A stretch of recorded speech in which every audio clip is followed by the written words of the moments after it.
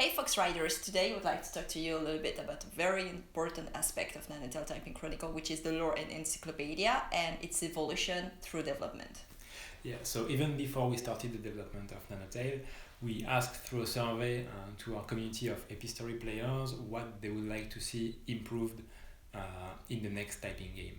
And one point that came up a lot was the lore aspect and the background story of the game.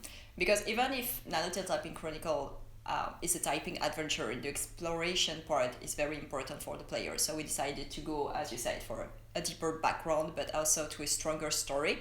So we imagine the story of Rosalind. She's an archivist, and her job is to get her knowledge about the world. So she started to collect things in the environment and everything. And but the thing is, why does she do that, and how does that reflect in game design? Well, first you just said it, Rosalind is an archivist, so our main purpose within the story is to gather knowledge for the sake of knowledge. So we kind of hope that players will have the same curiosity as Rosalind and will try to analyze and explore the world for the same reasons. But in addition to that, when you get knowledge, you actually level up through experience points, and actually the experience points in the game are called knowledge. And when you level up, you can select an upgrade. So the more you know about the world, the more powerful you get. Yeah, because like knowledge is power.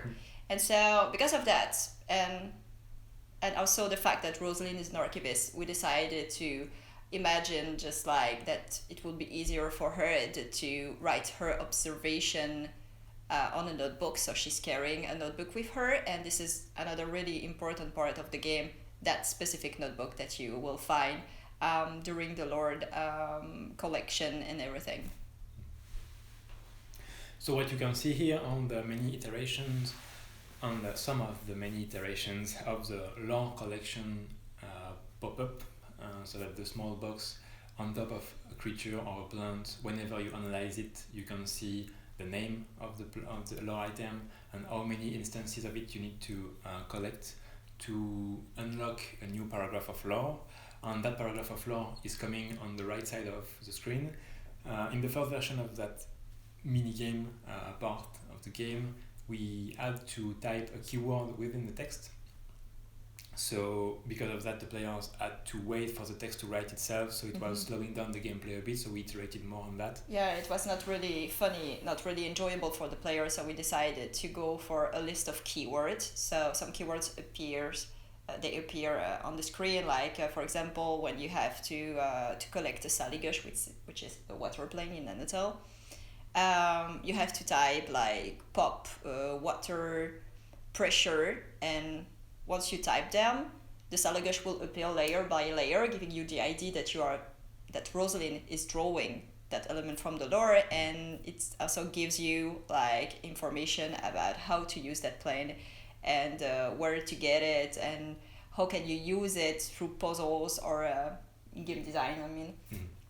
And once you have just like written down all this word, the text explaining more about the lore will appear on the screen. Yeah, so we split that gameplay part with the reveal of the text. Another thing that you can notice here is a white circle around the main character.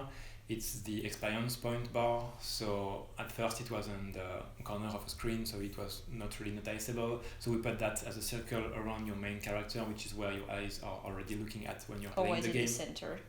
So when the bar is full, quite simply, you level up and you can choose one of the upgrades amongst a list of upgrades. Going further with that book idea, everything that you write down in the book, you can find back in the encyclopedia menu.